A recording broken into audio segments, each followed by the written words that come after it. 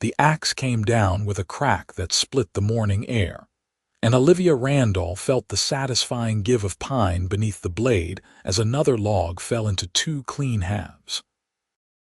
She wiped sweat from her brow with the back of her hand, leaving a smudge of dirt across her forehead, and surveyed the growing pile of timber that would become the walls of her new home. It was May of 1878, and the hills outside Ukiah, California, glowed golden in the early light, the valley stretching below like a promise she intended to keep to herself. She had arrived 3 weeks ago with nothing but a wagon, 2 mules, determination sharp as a knife blade, and a plot of land she had purchased sight unseen with money saved from 5 years of working in a San Francisco boarding house. The deed was tucked safely in her saddlebag, her name written in careful script, proof that a woman of 23 could own something that mattered. The land agent in town had looked at her like she had grown a second head when she refused his offer to recommend a builder. But Olivia had simply smiled and asked where she might purchase tools instead. The foundation was already laid, stones she had hauled from the creek bed, and fitted together with patience and precision she had learned from watching her father build their barn back in Ohio, before the war took him. The corner post stood straight and true, sunk deep enough to withstand the winds that swept down from the mountains. Today, she would begin raising the walls, notching the logs herself, and fitting them together the way she had seen it done 100 times in her memory. She selected another log, rolled it into position, and began stripping the bark with smooth, practiced strokes of her drawknife. The rhythm of work was meditation, the ache in her muscles proof of progress. She had no need for a man to do what her own 2 hands could accomplish, no matter what the townspeople whispered when she rode in for supplies. Independence tasted like creek water and smelled like fresh cut pine, and she would not trade it for anything. The sun climbed higher, and Olivia paused to drink from her canteen, studying the placement of the next log. She was measuring the distance with a length of rope when she heard the sound of hoofbeats approaching up the trail. Her hand moved instinctively to the rifle propped against a nearby tree, but she did not reach for it yet. Visitors were rare this far from town, but not unheard of. She turned to face the rider, shading her eyes against the sun. The man who emerged from the tree line sat tall in his saddle, a rangy figure on a paint horse that picked its way carefully over the rocky ground. He wore a dark hat pulled low, leather chaps dusty from travel, and a blue shirt faded from too many washings. As he drew closer, she could see the lines of his face, weathered from sun and wind, a strong jaw shadowed with stubble, and eyes that were assessing her with the same careful attention she was giving him. He looked to be in his late 20s, maybe 30 at most, with the lean build of someone who made his living in the saddle. He reined in his horse a respectful distance away and touched the brim of his hat. His voice when he spoke was low and carried the slow drawl of someone who had spent time in Texas. "Morning, miss. Name is William Kincaid. I am foreman at the Double R Ranch about 5 miles east of here. Just riding the property lines and saw your camp. Wanted to make sure everything was all right up this way." Olivia straightened, aware of how she must look with her hair escaping its braid, her clothes dusty and marked with bark residue, her hands calloused and dirty.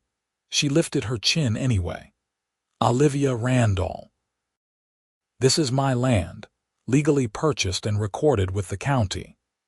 Everything is fine, Mr. Kincaid." His gaze moved past her to take in the foundation, the stacked logs, the tools laid out with military precision, and the camp she had established beneath a canvas tarp stretched between 2 trees. When his eyes returned to her face, there was something in them she could not quite read. Surprise, maybe, respect, curiosity. Did not mean to imply otherwise, Miss Randall. Just doing my job, checking on things. He dismounted in one fluid motion, leading his horse closer but still keeping a polite distance.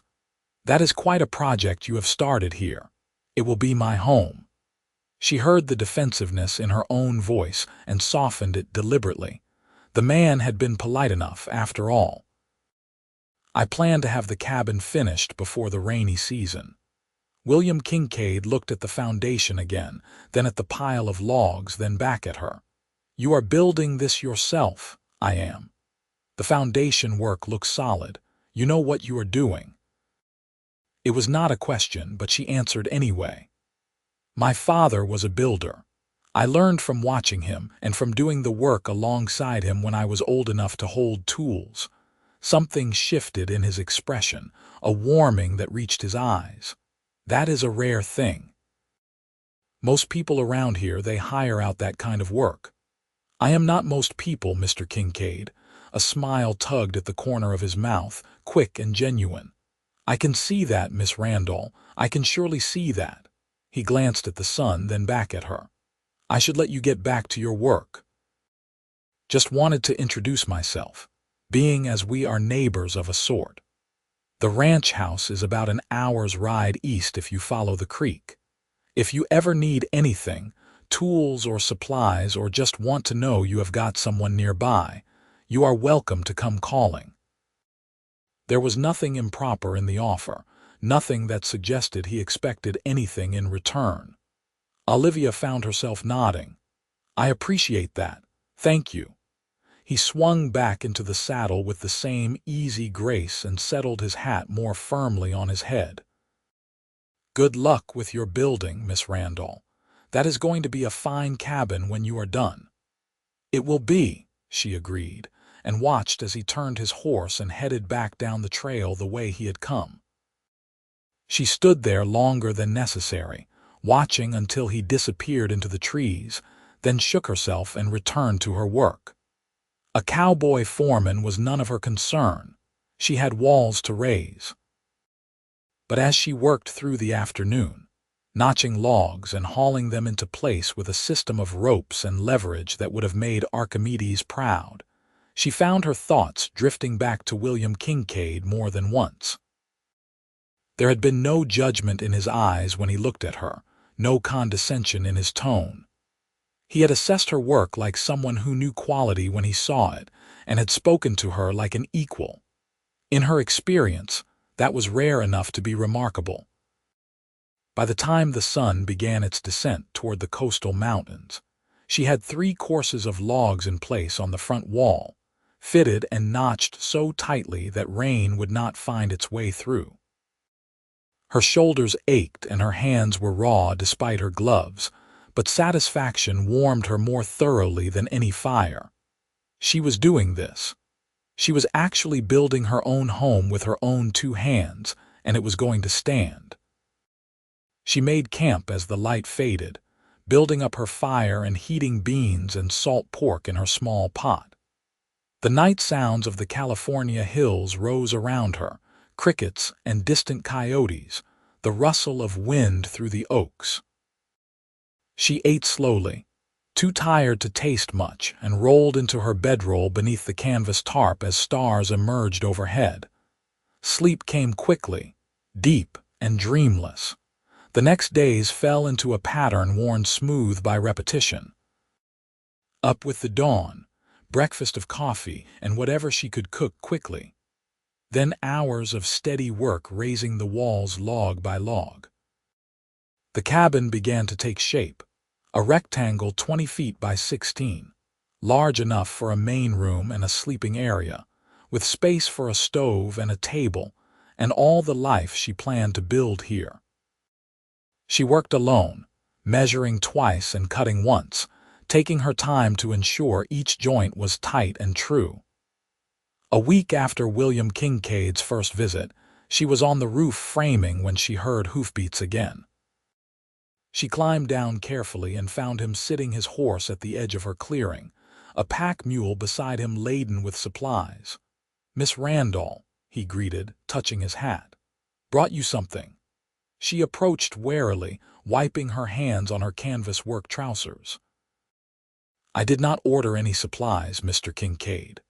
"No, madam, you did not. But I was in town yesterday and heard you had placed an order for window glass that would not be in for another month. Turns out the ranch has some extra panes in the storage barn from when we rebuilt the bunkhouse last year. My boss, Mr. Reynolds, said you are welcome to them, no charge. He figures it is good to have more folks settling in the area." Olivia blinked, caught off guard. "That is very generous." "Well, those panes are just gathering dust, might as well go to good use." He dismounted and began untying the carefully wrapped packages from the mule's panniers. "Where would you like them?" She directed him to set them beneath the tarp, well protected from any possibility of damage. There were 4 good-sized panes, enough for 2 proper windows with glass that would let in light while keeping out the cold. It was a gift that made a real difference, and she found herself struggling with how to express gratitude that felt adequate. "Thank you," she said finally, the words simple but sincere. "This will make a real home instead of just a shelter. Please thank Mr. Reynolds for me as well." "I will do that." William stood looking at the cabin, hands on his hips, and she could see him taking in the progress she had made. The walls were nearly complete now, just a few more courses to go before she could begin on the roof framing. "You work fast." "I work steady," she corrected. "That is different," he laughed, a sound that seemed surprised out of him. "I suppose it is. Mind if I take a closer look?" "I have done some building myself over the years, always interested in seeing how others approach it." She hesitated only a moment before nodding. "Go ahead." He walked the perimeter slowly, examining the corners where she had notched the logs, testing the fit with his hands, checking the foundation. When he completed the circuit, he was shaking his head in what appeared to be admiration. "Miss Randall, I have got to say, I never met a woman like you." "Hell, I have not met many men who could do work this clean. Every joint is tight, every corner is square. This is professional-grade carpentry." The compliment settled warm in her chest, unexpected and valued precisely because it came from someone who clearly knew what he was talking about. "My father used to say that if something is worth doing, it is worth doing right the first time. Saves you from having to do it twice. Smart man, your father." William pulled off his hat and ran a hand through dark hair that fell past his collar. "Is he back east? In Ohio, you said." "He died at Gettysburg in '63, Olivia said quietly. 15 years ago now, seems like yesterday and forever at the same time. I am sorry, that is a hard loss." There was understanding in his voice, the kind that came from personal experience. "My father died in the war too, Shiloh. I was 16.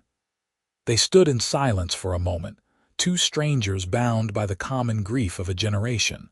Then Olivia cleared her throat and gestured toward the fire pit where coals still glowed from her lunch. "I do not have much, but I can offer coffee if you want some before you ride back." "I would appreciate that, thank you." She built up the fire and set her pot to boil while William tended to his horse and mule, giving them water from her creek bucket and loosening their girths to let them rest. By the time he returned, she had 2 tin cups ready, the coffee strong and black. They sat on logs she had positioned near the fire, and for a while neither spoke, just drank their coffee and listened to the birds in the trees. "What brought you to California?" William asked eventually. "That is a long way from Ohio." "Opportunity," Olivia said. "After my mother died, there was nothing left for me there. I went to San Francisco 5 years ago, worked in a boarding house, saved every penny I could. When I heard about land opening up in the valleys, I knew it was my chance to have something of my own. Not to be dependent on anyone else, not to be a burden or a housekeeper or someone's maiden aunt, just to be myself on my own land. That is a brave thing, coming out here alone, brave or foolish depending on who you ask. She smiled slightly. The people in town think I am crazy. A woman alone, building a cabin by herself. They are waiting for me to fail, I think, waiting for me to give up and go back to civilization. William shook his head. If they could see this work, they would know better. You are not failing at anything, Miss Randall. You are succeeding better than most. The approval in his voice sparked something in her chest, a warmth that had nothing to do with the fire or the coffee. She glanced at him sideways, taking in his profile against the afternoon light, the strong line of his jaw, the capable hands wrapped around his cup. He was handsome in a rough-hewn way, she realized, not pretty but solid and real.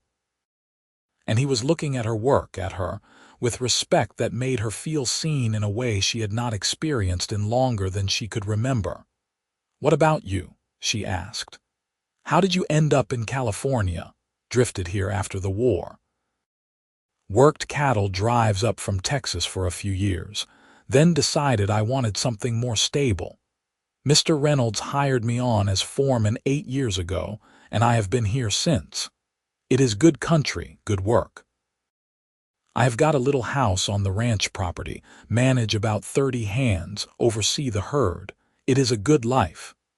"You never wanted your own place." He was quiet for a moment, considering. "Maybe someday. For now, the ranch suits me.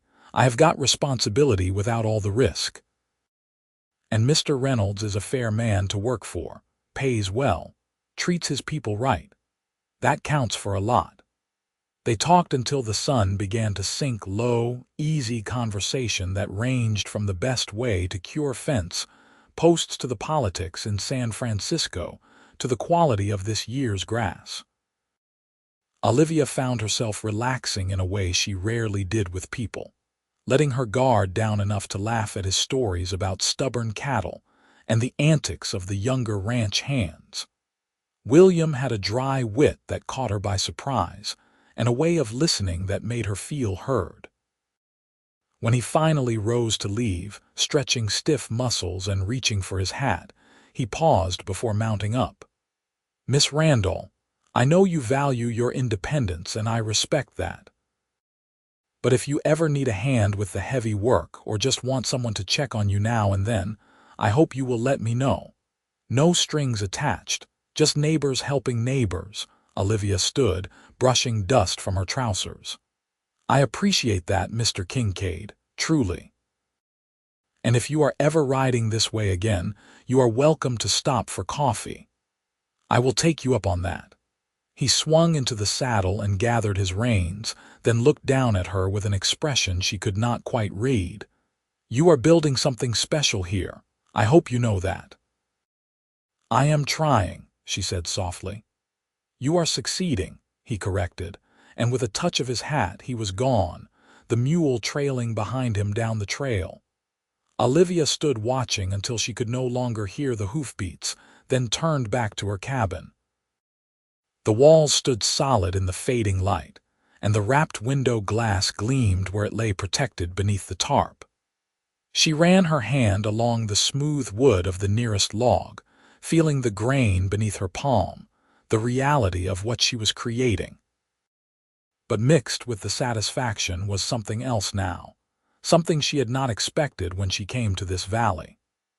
The warmth of connection, the unexpected pleasure of William Kincaid's company, the way he looked at her like she was capable and strong instead of strange or pitiable. It confused her even as it drew her, a complication she had not planned for and was not sure she wanted. She shook her head, returning to the practical considerations of dinner and tomorrow's work. There was no sense in getting ahead of herself. William was a neighbor, nothing more. He had been kind, but kindness did not mean anything beyond itself. She was here to build her cabin and her independence, not to moon over a cowboy with kind eyes and a warm smile. Still, as she lay in her bedroll that night, she found herself replaying their conversation, the sound of his laugh, the way he had examined her work with genuine appreciation. Sleep came slowly, and her dreams were full of things she would not let herself think about in daylight. The next weeks passed in a blur of hard work and steady progress. The walls were completed, and the roof framing went up, heavy beams that required all her strength and ingenuity to position.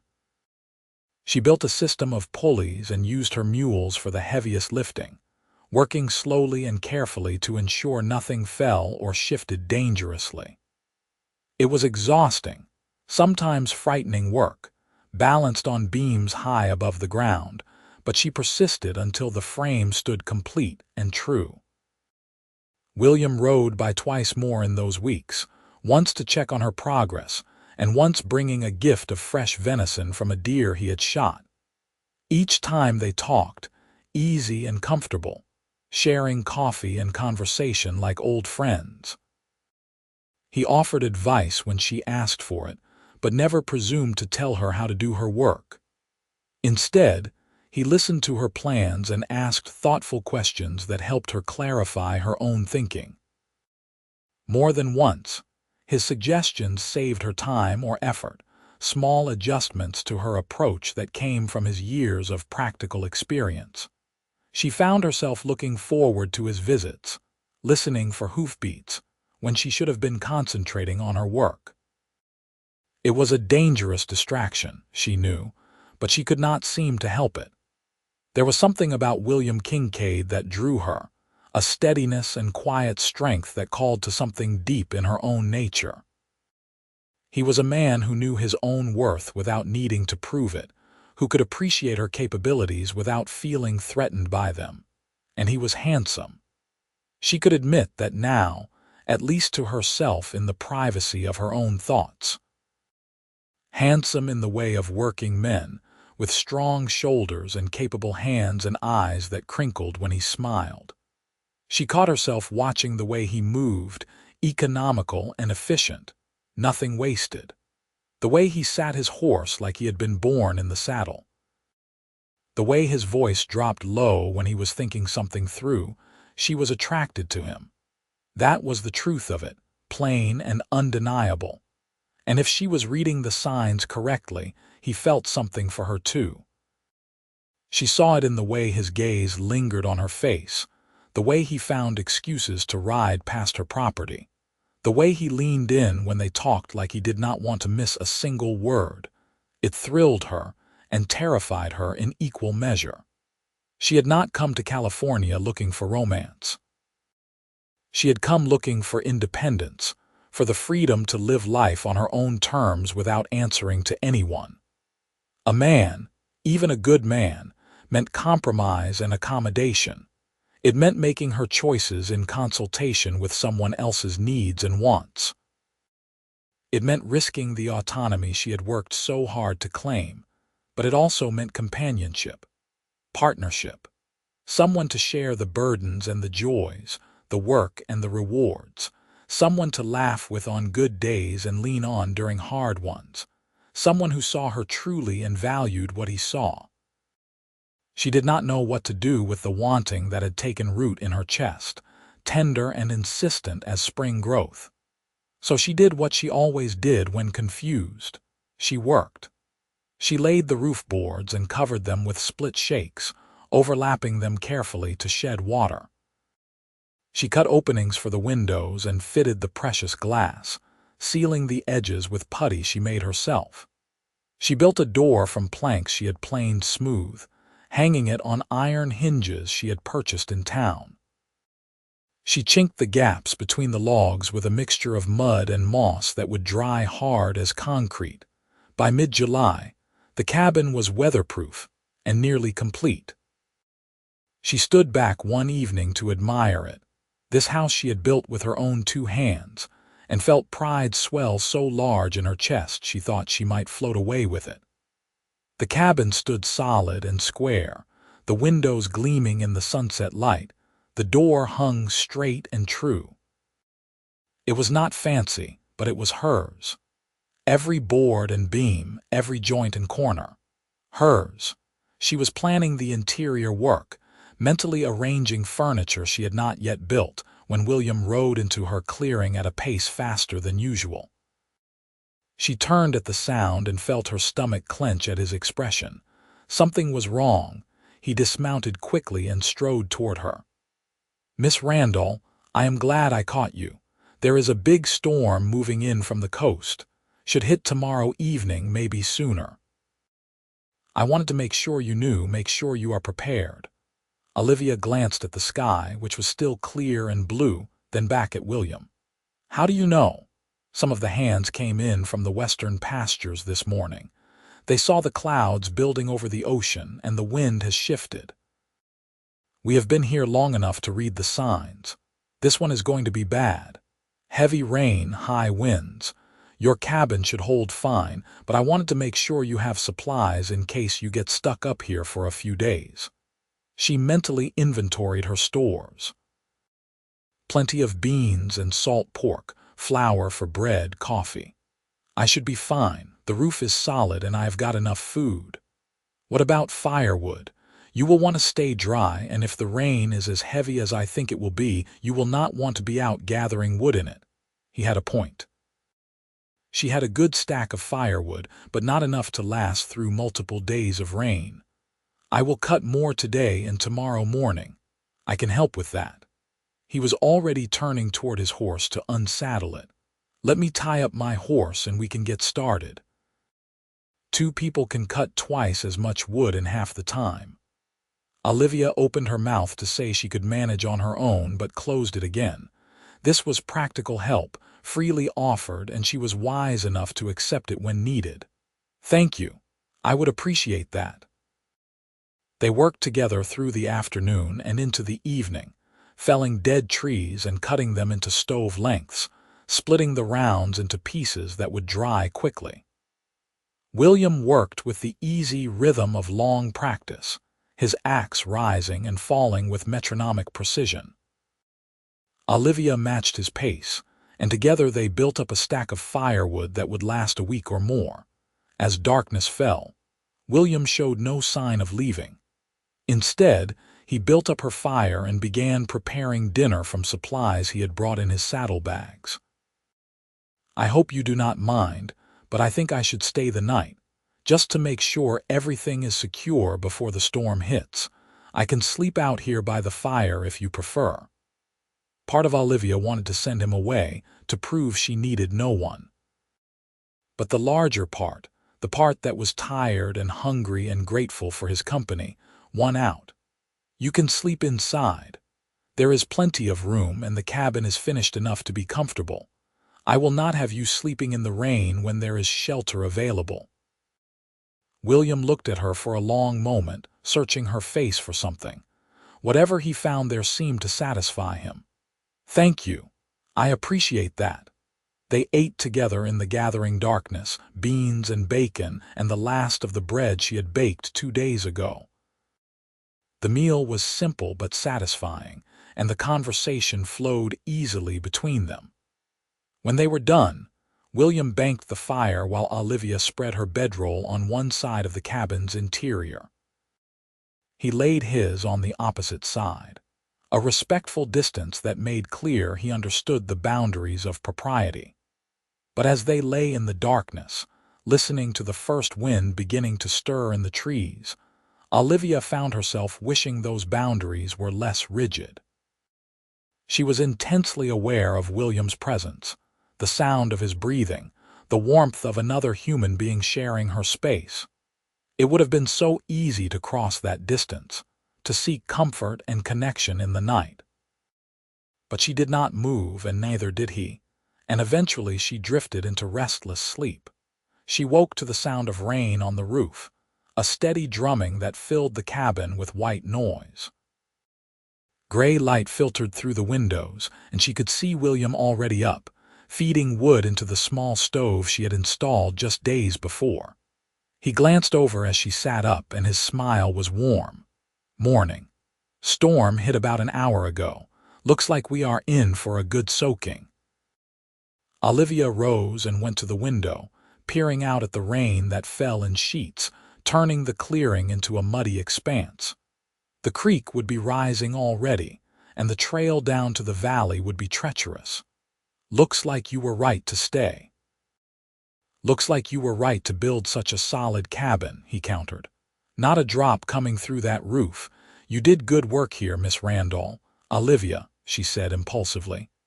I think we can move to first names given that we are weathering a storm together.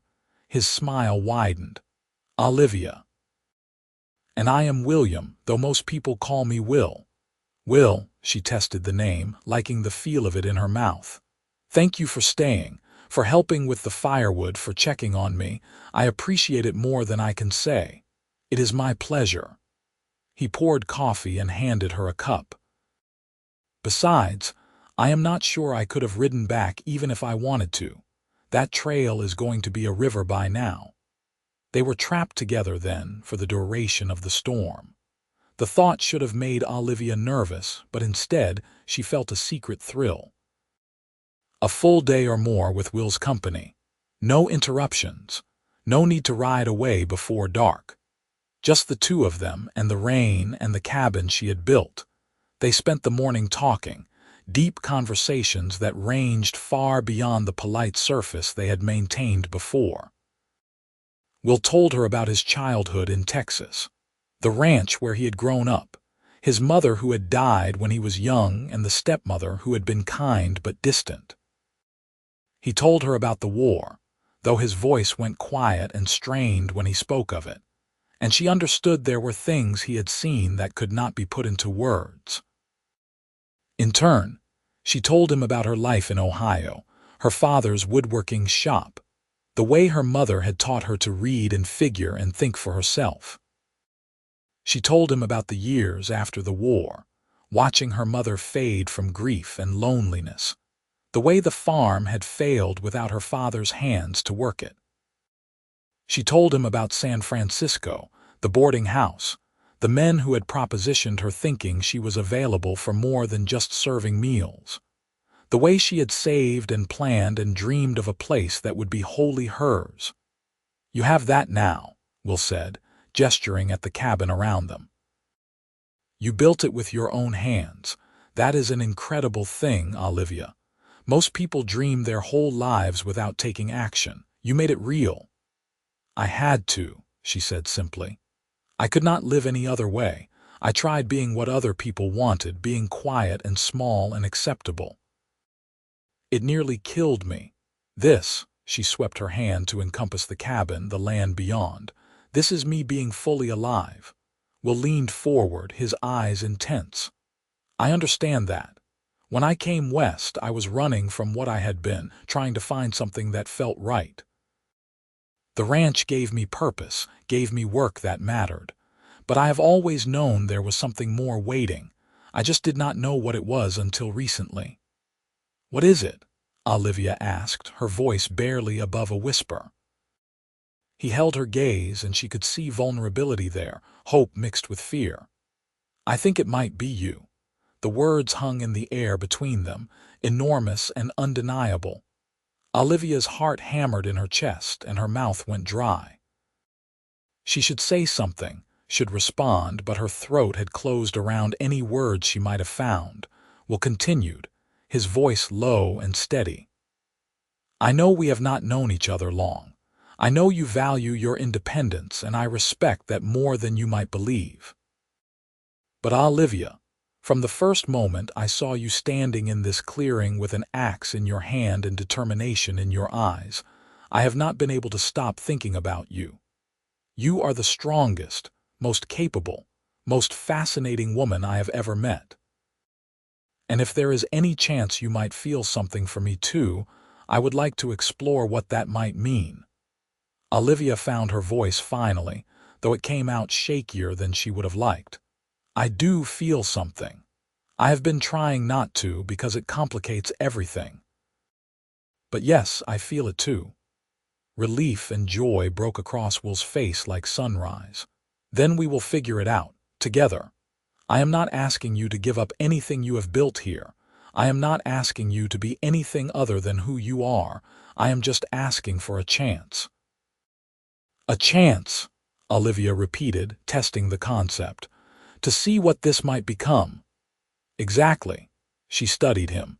This man who had ridden into her clearing and somehow into her heart without her quite noticing when it happened. He was solid and real, offering her something precious without demanding she surrender anything in return. It was different from anything she had imagined and more tempting than she wanted to admit.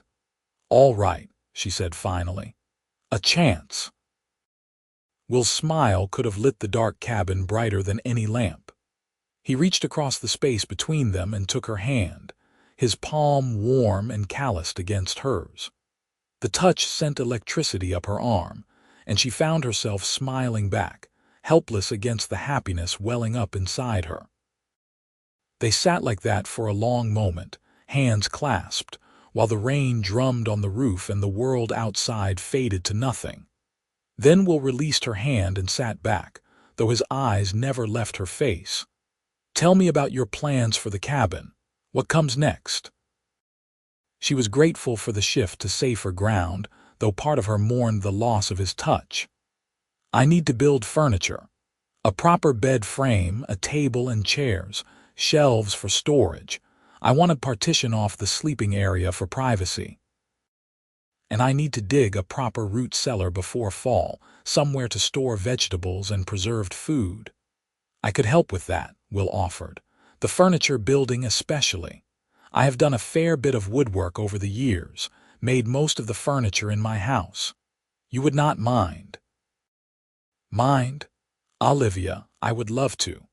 Working with wood is a pleasure, not a chore, and doing it with you would make it even better." They talked through her plans, Will offering suggestions and Olivia modifying her ideas based on his input. It was collaboration, genuine partnership, and Olivia found herself relaxing into it more than she had expected. This was not someone trying to take over her project or tell her what to do. This was someone working with her, respecting her vision while contributing his own expertise. The storm raged all through the day and into the night. They cooked meals together, told stories, laughed more than Olivia had laughed in years. When darkness fell, they lay down in their separate bedrolls again, but this time Olivia felt the separation like a physical ache. She wanted to go to him, wanted to close the distance and discover what his arms might feel like around her. But she held herself still, knowing they needed time, needed to build this foundation as carefully as she had built the cabins. The rain continued through the second day, lighter but persistent. By the third morning it had stopped, leaving the world washed clean and glistening. Will saddled his horse reluctantly, checking the cinch 3 times before he was satisfied.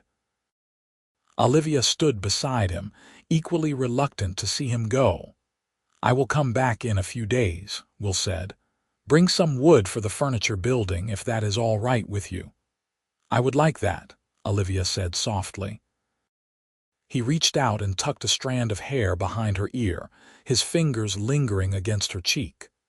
"I meant what I said. About you, about wanting to see where this might go. I am not playing games, Olivia. Neither am I." She covered his hand with hers, holding it against her face for a moment before letting go. "Ride safe, Will. Always do." He swung into the saddle and looked down at her, his expression tender. "Take care of yourself until I get back. You too." She watched him ride away, and this time when he disappeared down the trail, she allowed herself to acknowledge the longing in her chest. This was not a complication anymore. This was possibility, bright and terrifying and wonderful. She returned to her cabin, running her hand along the doorframe, and felt the future opening before her in ways she had never imagined. True to his word, Will returned 3 days later with a pack mule loaded with seasoned lumber and a toolbox that rivaled her own. They spent the next week working together, building a bed frame with a headboard carved with simple but elegant designs, a table large enough for 4 with matching chairs, shelves that lined one wall from floor to ceiling. Will worked with confidence and skill, and Olivia matched him stroke for stroke. the two of them falling into an easy rhythm that felt like they had been doing this for years instead of days. Between the work, they talked. Will told her about his dreams of maybe owning his own spread someday, a small ranch where he could raise horses. Olivia shared her plans to plant an orchard, apple and pear trees that would provide fruit and shade. They debated the merits of different building techniques, the best way to preserve meat, whether California would ever truly settle down or remain wild forever. And slowly, carefully, they grew closer. A touch on the shoulder when passing by, hands brushing when reaching for the same tool, sitting close enough that their knees touched while eating dinner, small intimacies that built like kindling catching flame. It was Will who finally closed the distance completely.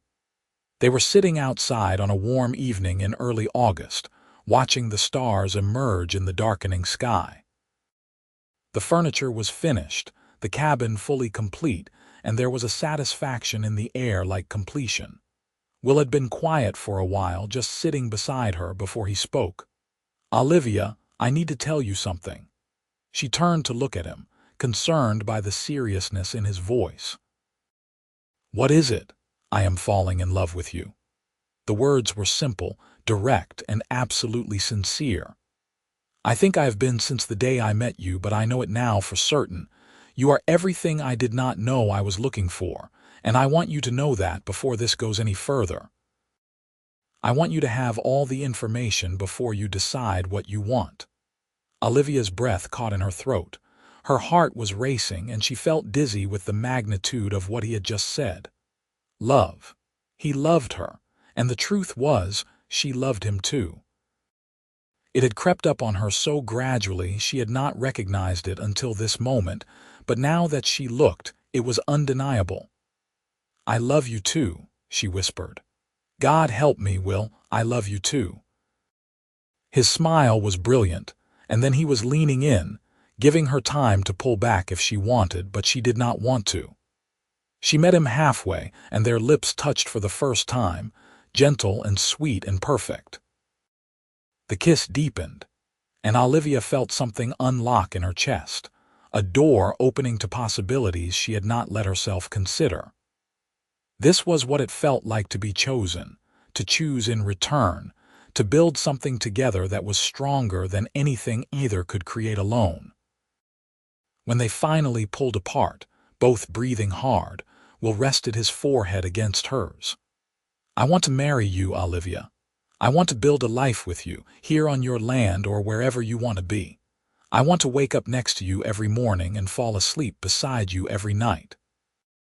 I want to be your partner in everything, not because you need one, but because we are better together than apart." "Yes," Olivia said, the word escaping before she had consciously decided, but it felt right the moment it left her lips. "Yes, Will, I will marry you." They kissed again, longer this time, and Olivia let herself fall into the sensation, into the joy and the rightness of it. This was not giving up her independence. This was choosing to share it with someone who valued it as much as she did. This was partnership, real and true. They were married 3 weeks later in Ukiah, a simple ceremony at the church with a few ranch hands and townspeople as witnesses. Olivia wore a blue dress she had made herself, and Will wore his best shirt and trousers, his hair neatly trimmed and his boots polished.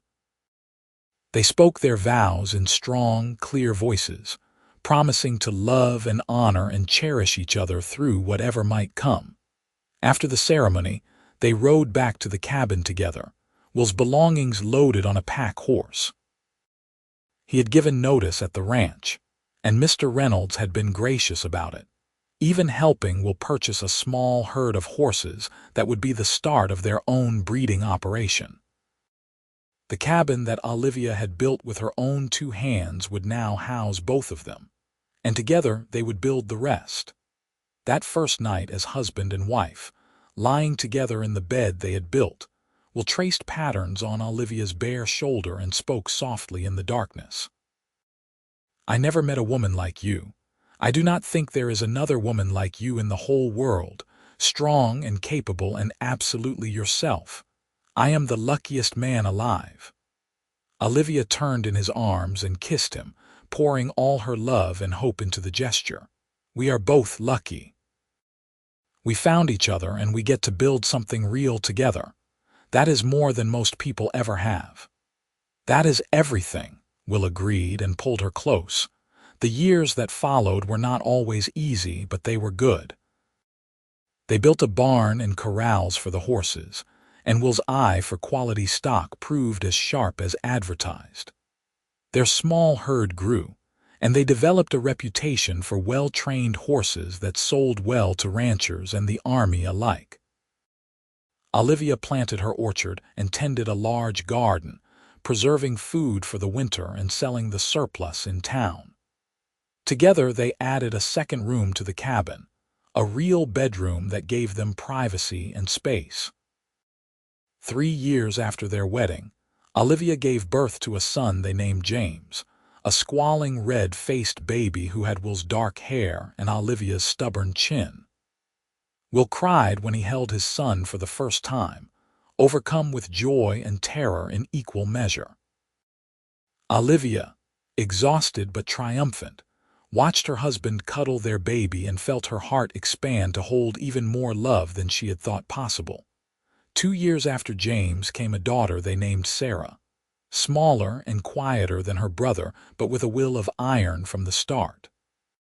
And 2 years after that, another son they named Thomas, who was sunny-tempered and easy from the beginning. The cabin grew crowded with the noise and chaos of children, and Will added on another room, then another, until the original cabin Olivia had built was the heart of a sprawling house that accommodated their growing family. Through it all, Olivia never lost sight of who she was. She still worked alongside Will in the barn and the corrals, training horses and managing the books. She still built and fixed and created with her own 2 hands. Will never expected her to diminish herself to fit some idea of what a wife should be. Instead, he loved her more fiercely for being exactly who she was, and he made sure their children understood that their mother was someone extraordinary. On a summer evening when James was 10, Sarah 8, and Thomas 6, the family sat together on the porch that now wrapped around 2 sides of the house. The children were supposed to be getting ready for bed, but they were dragging their feet, wanting one more story, one more moment in the long twilight. "Tell us about how you met," Sarah demanded, climbing into her mother's lap even though she was really getting too big for it. "Tell us about when Papa first saw the cabin." Olivia and Will exchanged glances, sharing a smile that held years of love and partnership. "Your mother built this house with her own 2 hands," Will started, his voice taking on the cadence of a story told many times. "Every log, every board, every nail. I rode up here one day checking the property lines and found her working away, as capable and strong as anyone I had ever seen. And I told him I did not need any help," Olivia continued, running her fingers through Sarah's hair. "I was determined to do everything myself to prove I could." "And you did," Will said softly. "You proved you could do anything you set your mind to, but you also proved that sometimes choosing to share your life with someone is not weakness, it is just another kind of strength." James, trying to appear more grown-up than his siblings, still listened with rapt attention. "Papa says you are the strongest person he knows." "Your papa is prejudiced," Olivia said, but she was smiling. "But I will tell you what I have learned. Real strength is not about doing everything alone. It is about knowing when to stand by yourself and when to let people stand with you. It is about building something solid, whether that is a house or a marriage or a family, and making sure the foundation is true." "You built the foundation," Sarah said. "Of this house, I mean." "I did," Olivia confirmed. "I built the cabin that is the heart of our home, but your father and I built the rest together. And now you three are part of what we are building, the next part of this family and this life." Thomas, getting sleepy, leaned against his father's side. "I want to build things when I grow up, like you and Mama." "Then you will," Will said, wrapping an arm around his youngest son. "You can build anything you want as long as you do it right and true. That is what your mother taught me. Do the work with care, with intention, with respect for what you are creating. That matters more than how fast you do it or how much help you have." Eventually, despite their protests, the children were herded off to bed. Will and Olivia remained on the porch, sitting close together and watching the stars emerge.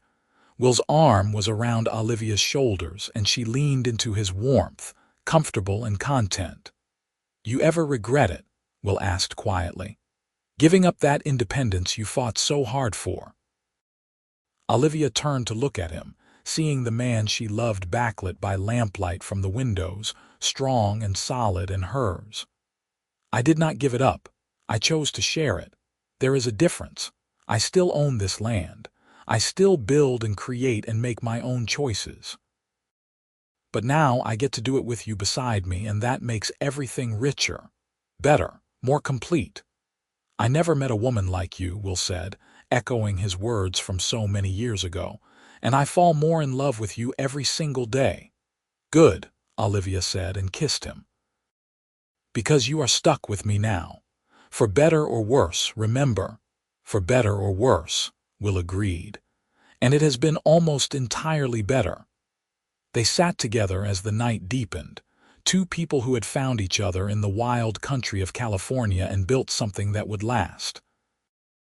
The cabin Olivia had raised with her own two hands stood solid behind them, the foundation of everything they had become. Inside, their children slept safe and warm. Around them, the land they had cultivated and cared for stretched into the darkness. Above them, the stars wheeled in their ancient patterns. It was not the life Olivia had imagined when she first arrived in this valley with her wagon and her mules and her fierce determination. It was better. It was richer. It was a life built on the foundation of her own strength, expanded by the partnership she had found with Will, and made complete by the family they had created together. Years continued to pass, and the ranch prospered. Their reputation for quality horses spread, and they had more business than they could handle. Will hired a few hands to help with the work, and Olivia found herself teaching young men how to train horses with patience and respect rather than force. Several of their students went on to establish their own training operations, always crediting the Kincaids with teaching them the right way to do things. The children grew and thrived. James showed an early aptitude for working with horses, his hands gentle and his patience endless. By the time he was 16, he was doing most of the advanced training himself, and Will would stand at the corral fence watching his son work with pride shining in his eyes. Sarah proved to have her mother's gift for building and fixing, and she was more often found in the workshop than the kitchen, much to Olivia's delight and the confusion of the more traditional townspeople. Thomas developed a head for numbers and took over managing the ranch books, keeping meticulous records that helped them understand their business better than ever before. When James turned 21, he asked for a piece of land at the far end of the property. "I want to build my own place," he said over dinner one night. "Not because I want to leave, but because I want to start my own family eventually, and I want to be close but not right on top of you." Will and Olivia exchanged glances, and Olivia felt her heart swell with pride. "Of course," she said. "Do you know how to build a cabin?" James grinned. "You taught me, Mama. I have been paying attention all these years." So James built his cabin using the same techniques his mother had used decades before. He worked hard and careful, and when he was done, he had a solid, well-made home that would stand for generations. 2 years later, He married a girl from town named Lucy, and they started filling that cabin with children of their own. Sarah shocked everyone by falling in love with a female schoolteacher who came to Ukiah in 1898. It was not something that was discussed openly, and there were those in town who disapproved, but Olivia and Will made clear that their daughter's happiness was what mattered. They welcomed Sarah's partner Helen into the family, and when Sarah and Helen decided to leave California for Oregon where they might live more freely, Will and Olivia gave them their blessing and enough money to buy land of their own. Letters came regularly, full of news about the small farm Sarah and Helen were building together, and Olivia read them with satisfaction. Her daughter had learned the lessons well, both about building a life and about doing it on your own terms. Thomas married at 23, bringing home a practical woman named Ruth, who proved to be as good with numbers as he was. Together they took over more and more of the ranch management, allowing Will and Olivia to step back and enjoy the fruits of their decades of labor. By 1905, Olivia was 50 years old and Will was 55. Their hair had gone gray and their bodies carried the marks of hard work and good living, but they were healthy and happy. The ranch was thriving under Thomas and Ruth's management. James and Lucy's family was growing steadily, and letters from Sarah brought news of happiness and success in Oregon. It was everything they could have hoped for. On a warm July evening, Will and Olivia walked out to the original cabin, the one Olivia had built with her own 2 hands so many years before. They had kept it maintained, using it sometimes as a guest house, sometimes just as a retreat when they wanted quiet. They stood looking at it in the golden light, and Will took Olivia's hand. "You remember that first day I rode up here?" he asked. "I remember thinking you were going to tell me I could not stay," Olivia admitted. "I remember being ready to fight for my right to be here." "I knew within 5 minutes that you were going to do exactly what you set out to do," Will said. "The cabin was just the beginning. You were building a whole life and nothing was going to stop you." "I did build a life," Olivia agreed, "but not the one I expected, something better. Something I could not have imagined when I was young and determined to do everything alone." "I am glad you let me be part of it," Will said softly. "I am glad you asked." Olivia squeezed his hand. "You made everything better, Will. You have been my partner in every way that matters. This life we built together, it is more than I ever dreamed of." They went inside the cabin, and it was like stepping back in time. The furniture they had built together was still there, aged and worn but solid. The windows Olivia had installed still gleamed. The logs she had notched and fitted were as tight as the day she had placed them. The cabin had stood for 27 years, and it would stand for decades more, a testament to the strength and skill of the woman who had built it. "We should stay here tonight," Will suggested. "Like old times." Olivia smiled. Like old times. They made up the bed with fresh linens and built a fire in the stove even though it was summer, just for the comfort of it. As darkness fell, they lay together in the bed they had built, and Olivia felt the circle of her life closing in the most satisfying way. She had come to this place determined to prove herself, to build something with her own hands that no one could take away. She had done that and more. She had built a home, a family, a legacy that would continue long after she was gone. "I love you," she whispered to Will in the darkness. "I have loved you for 27 years, and I will love you for however many more we have." "I love you too," Will replied, his voice rough with emotion.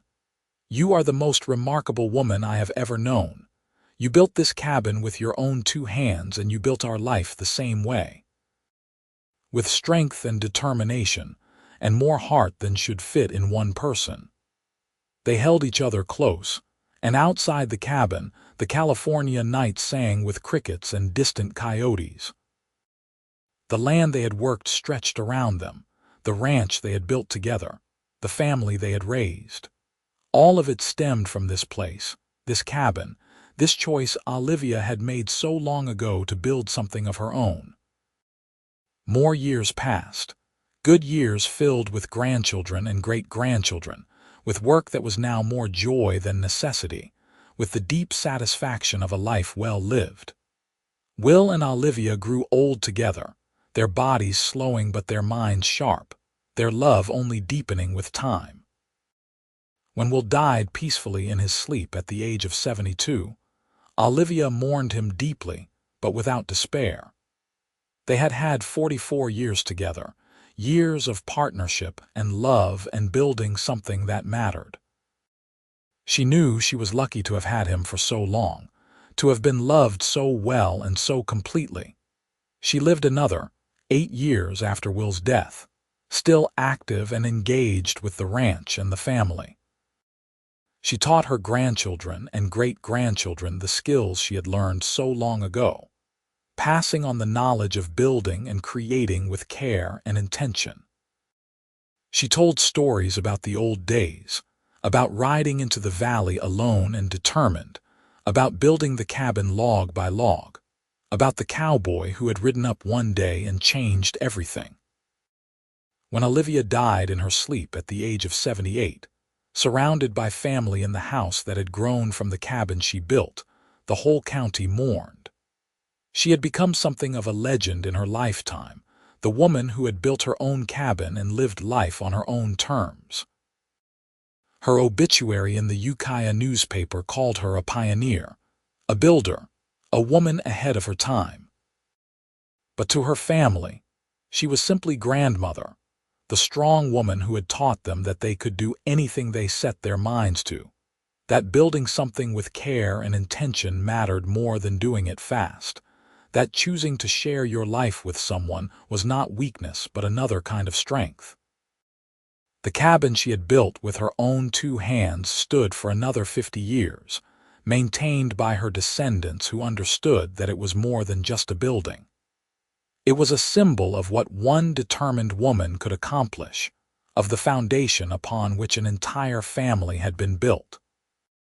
And when it finally had to be taken down because age had weakened what even Olivia's skill could not make eternal, they salvaged the timber and built something new with it, ensuring that the wood she had cut and fitted so long ago would continue to shelter her family for generations to come. The story of Olivia and Will became family legend, told and retold to each new generation. The cowboy who had ridden up one day and said he had never met a woman like her. The woman who had built her home with her own 2 hands and her life with strength and determination and love. The partnership they had forged that was stronger than either of them alone. The family they had created that spread across California and beyond, all of them carrying forward the lessons Olivia and Will had taught through word and deed. And in the valley outside Ukiah, where the land still bore the marks of their work and care, where horses still ran in pastures they had fenced, and trees still grew in the orchard Olivia had planted, their great-great-grandchildren walked the land and felt the presence of those who had come before. They knew the stories. They understood the legacy. They carried forward the knowledge that with determination and skill and love you could build anything, a cabin, a marriage, a family, a life worth living. The foundation Olivia had laid, both literal and figurative, held strong through all the years and all the changes. And in that strength, in that solid base built with care and intention and her own 2 hands, her entire family found their home,